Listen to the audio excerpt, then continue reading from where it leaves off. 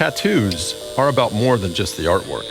There's a little bit of life counseling that comes into being a tattoo artist. That's Shona, also known as Skeleton Velvet, an artist at Black Serum, a tattoo studio in the Mission District of San Francisco. It's hard because I want to help people make a good decision. It is my artwork that they have to live with. Shona's approach depends on why the client is getting a tattoo. A lot of times it's to commemorate a memory or an interest or maybe even a belief system. Whatever the reason, Shona says it's about helping clients express who they are. Tattoos are a way to decorate our bodies in a way that it's our choice. You can be born a certain height, have a certain hair color, etc., but body modification is a way where we're able to take control over deciding how we look and how we present ourselves to other people. Getting a tattoo can be an arduous process. A recent client spent 5 hours under the needle. It's quite a commitment of time and pain in order to get something that is really impactful. So what happens when someone changes their mind about a tattoo long after it's inked? So I do also specialize in cover-ups because sometimes your identity changes, right? And you might have committed to something when you were 19 years old that you find out when you're 29 years old maybe isn't you so much. So that's where cover-ups come in, and even the more modern practice of laser removal.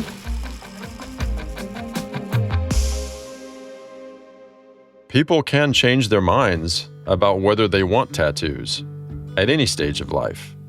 My grandmother, who's in her 80s, grew up in Charleston, and she is very Southern, and she, for her whole life, had no tattoos, no interest, and I actually was able to give her her first tattoo a few years ago, and that's a really amazing example of how someone can maybe present themselves a certain way their whole lives or have ideas about what tattoos represent, but she changed and she got a tattoo in her 70s. It was a sand dollar on her shoulder, and my sister and grandma and I all have matching ones.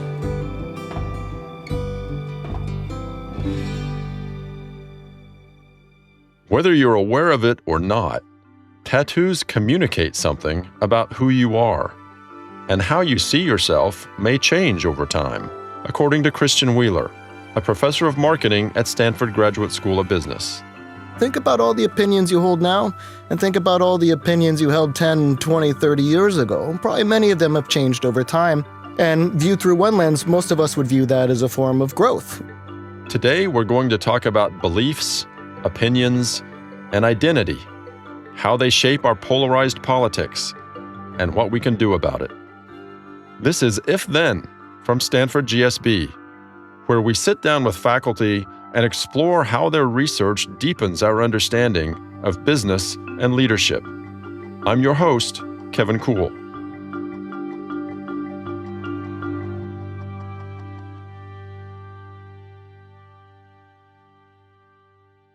Christian studies consumer behavior, and today we're talking with him about his research into identity. We asked him why identity is important in the first place. There's no doubt that our identities provide us with a lot of benefits. A lot of people, for example, when they learn their ancestry, find that they learn something about the types of individuals that they are, and our identities can give us a sense of purpose. My identity as a Stanford professor, for example, might guide me in my life direction as an instructor or educator. And they also provide us with some self-esteem benefits. We feel good about ourselves in part because we want to make our groups better than other groups. And they can also provide us with a source of prestige or esteem. People think I'm a fancy person if they learn I'm a Stanford professor.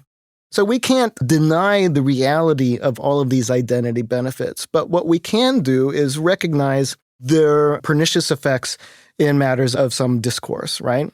So let's start with a paper that you wrote about a concept called identity relevance. That's a phrase I'm not familiar with. So just talk a little bit about what that is. So identity relevance just refers to the notion that we feel that some of our opinions or attitudes define the type of person that we are, whereas other ones might be less relevant to our own self-definition. So, for example, your attitudes towards your microwave may not be particularly instructive or indicative to others about who you are, whereas your attitude towards something like abortion or immigration you may feel is more central to the type of person that you are.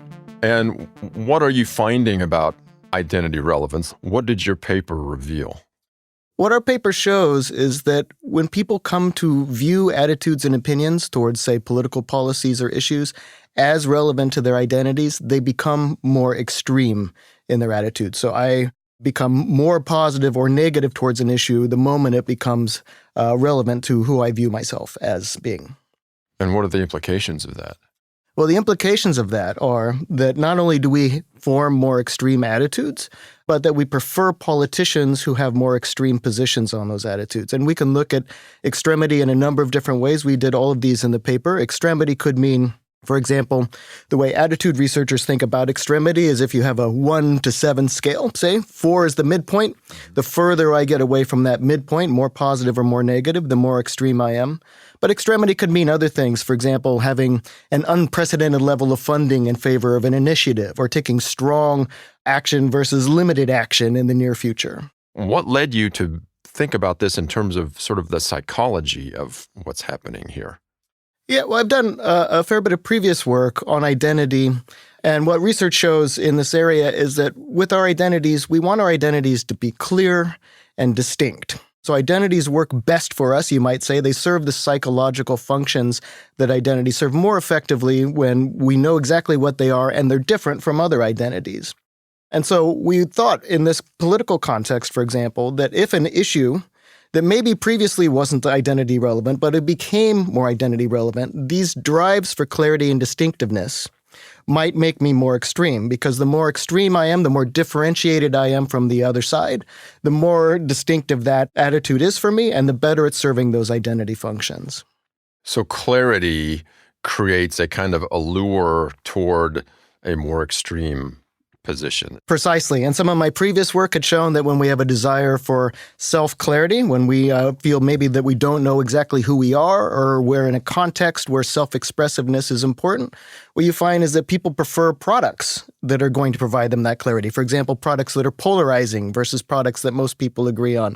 And in this political domain, what we're doing is we're showing that people adopt attitudinal positions that make them distinct from the other party. Mm-hmm.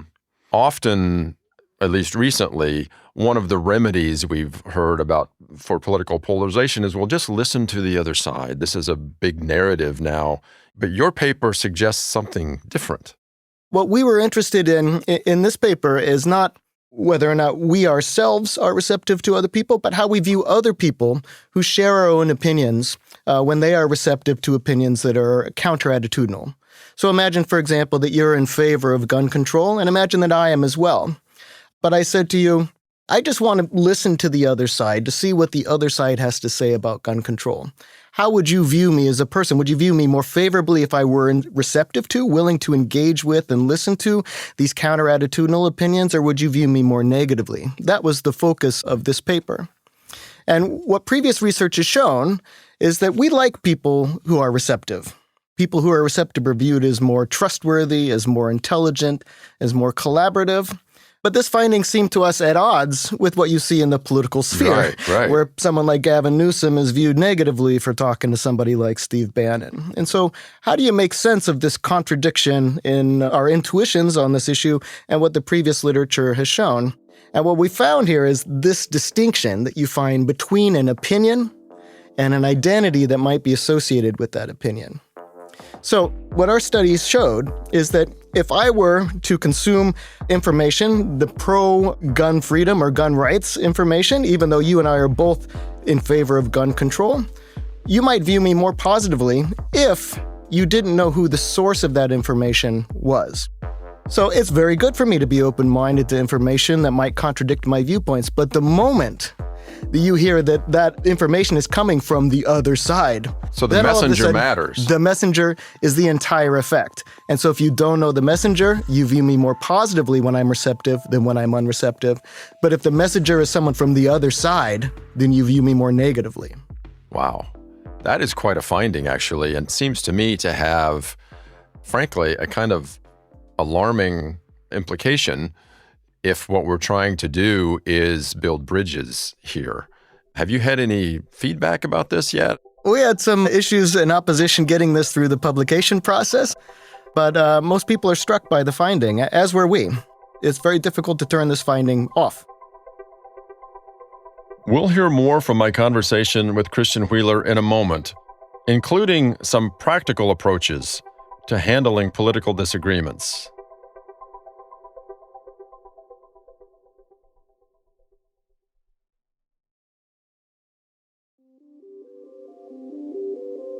So we've talked a lot here about identity relevance, and the notions of how that's expressed in various ways. But how do you see the very notion of identity? Yeah, well, a simple way to think about it, and one way people have studied the multiplicity of identities that people have, is just having you answer the question, who am I? 20 times. And you might list various characteristics. You might say, I am a son or a daughter or a father or a mother. You might say something related to your profession. I'm a professor, I'm a doctor, I'm a construction worker. You may say things related to groups that you didn't choose. I am an American, I am an African American, maybe religious identities. All of these different ways of thinking, some of which are on the more individual level, and some of which are on the group level, some of which are chosen aspects of ourselves, and some of which are things that we did not choose, that were given to us at birth. All of these things form our individual sense of who we are. And so on some level that seems pretty slippery, but when you ask these types of questions on a who am I task, what you'll find is a lot of consistency in the types of characteristics that people list. And what you find is that each person has a whole array of these characteristics. And the more we can get people to think about the whole collection of things that identify themselves rather than just one thing, I'm a Democrat, I'm a Republican, I think that's another way of helping people view these issues through a different lens. That I may view a given political issue differently as a professor or as a son or as an American than I might as a Democrat or a Republican. You've also talked in one of your papers about potentially finding a way to reduce or minimize that sense of identity or the strength and stickiness of that identity. Can you talk a little bit about that?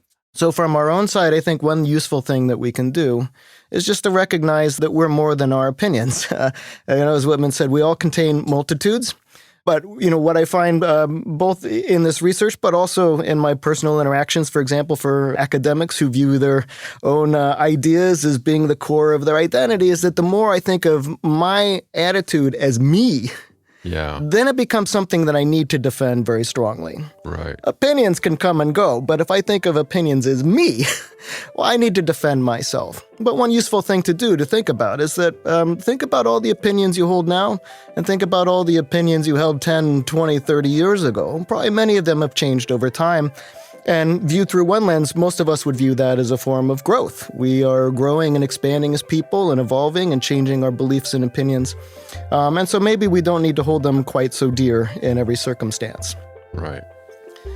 But then from the other side, we can think about viewing people beyond their group memberships. So a lot of us are aware of, for example, the pernicious effects of stereotypes. We automatically, as human categorizers, size people up from their appearance and their categories, their racial categories, their gender categories, their age categories, and political categories. But we know that, for example, that racial stereotyping and so forth has a lot of negative effects, but yet many of us who are very against that form of stereotyping are very willing and ready to stereotype the other side. Mm-hmm. So one thing we can do from the perceiver side is to start thinking about people beyond these categories. And our research shows multiple ways that you can, attenuate or eliminate that effect. And it comes through a process of individuation. And so instead of viewing you as a Democrat or a Republican. I view you as an individual. One way I can do that is by learning information about you that has nothing to do with politics. Maybe you're a loving and caring father. Maybe you have an enjoyment of fly fishing, or whatever the case may be. Right. Anything that humanizes you and moves you away from this simple category will help me to view you as an individual and less as just an interchangeable member of a category. And this works better to the extent that this individuating information is not prototypical of your group. So, for example, we all have stereotypes of Democrats and Republicans. So some of the stereotypes our research showed, for example, is that maybe Democrats are more likely to be vegan and Republicans are more likely to kill their own food. Yeah. Democrats are more likely to be atheists. Republicans are more likely to be very religious. These are obviously very caricatured or whatever, but these are things that people will say in our studies. But the more you can move away from those categories or these categoric descriptions, the more I can view you as an individual, and the less then I will punish you for being receptive to the other side's ideas. Yeah. How do we get to that point? How do we kind of break that cycle? Yeah. Well, we increasingly see, for example, both on dating platforms and more generic social media platforms, that people's political identities are part of their tags or things they use to identify themselves. So they are self-categorizing as members of their own groups. What research shows also is that a lot of the opinions that we express on social media are not simply because we feel the need to express them because you need to know what I think, but because they're self-signaling. I'm indicating that I'm a group member by verifying or reiterating how my group feels about these things. And we know that, for example, when people are anonymous, they will do lots of things, or in the case of social media, say lots of things that they wouldn't say face-to-face with a person. And so this represents a real challenge. And another challenge is that we are increasingly separated, not just in our social media silos that feed us the stuff that we want to hear, but we're also increasingly segregated geographically. We have a rural-urban divide, which predicts a lot of, political opinions. And we're less likely to have these incidental contacts with individuals who differ from us dramatically in beliefs, either through work or through social clubs or so on and so forth. But the more that we could encourage those types of interactions, and the more we can see people for the individuals that they are rather than just the categories, it's going to be more effective in helping us reduce this extrematization. And so individuation is the key. And then another big thing is the way that we interact with people when we do get those chances.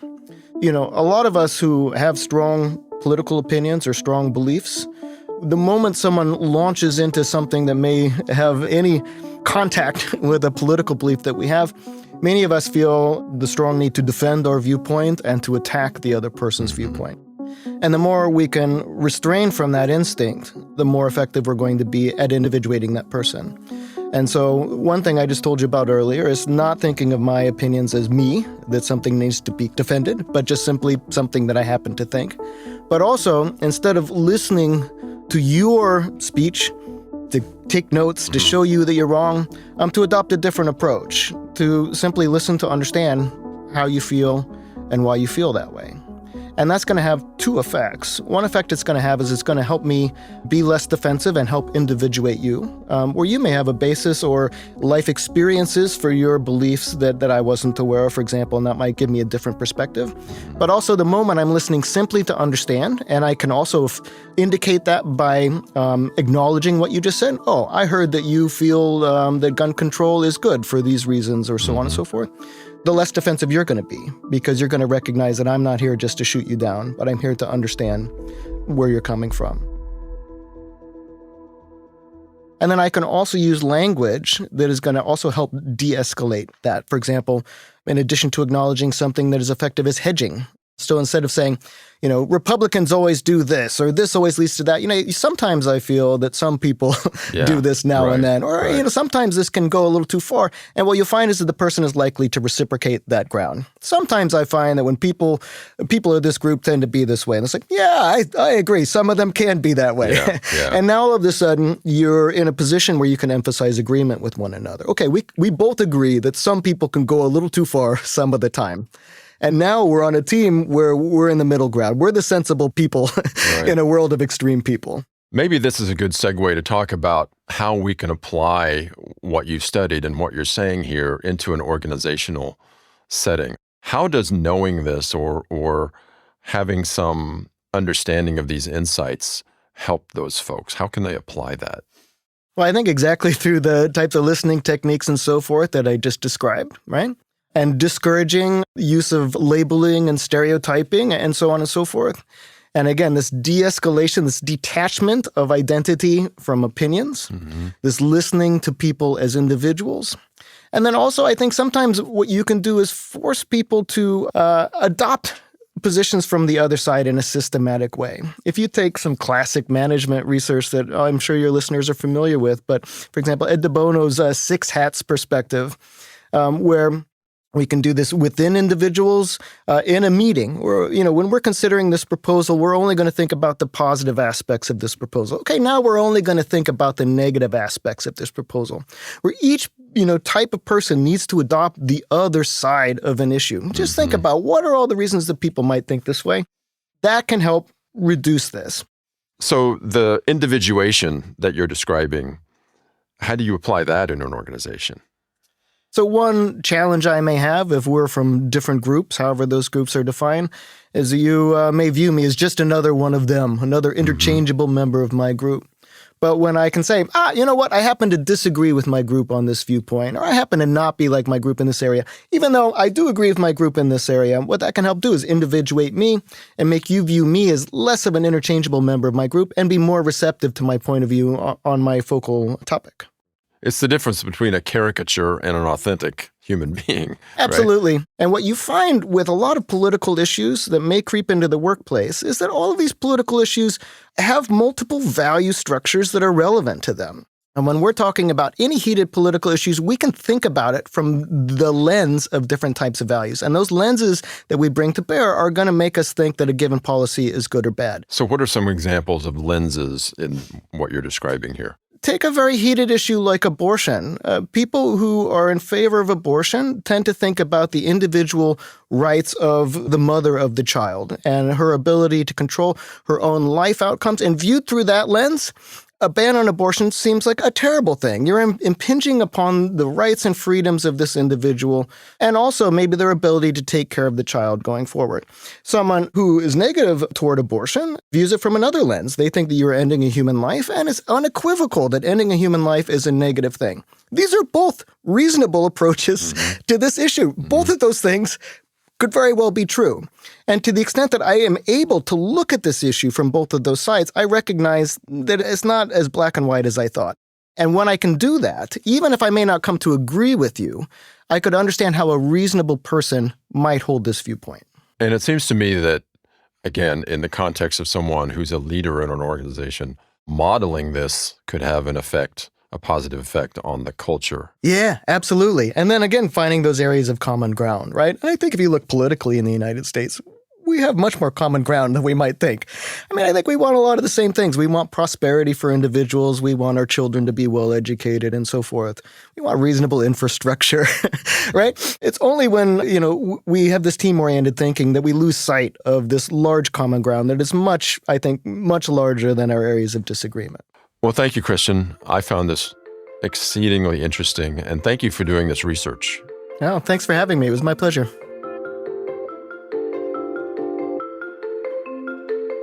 If Then is a podcast from Stanford Graduate School of Business. I'm your host, Kevin Kuhl.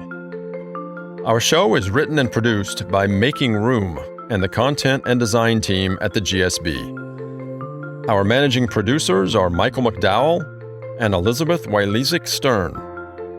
Executive producers are Sorrel Husbands Denholtz and Jim Colgan.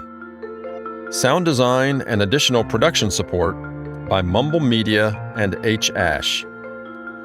And a special thanks to Shona, aka Skeleton Velvet, at Black Serum Tattoo in San Francisco. For more on our faculty and their research, find Stanford GSB online at gsb.stanford.edu or on social media at Stanford GSB. Thanks for listening. We'll be back with another episode soon.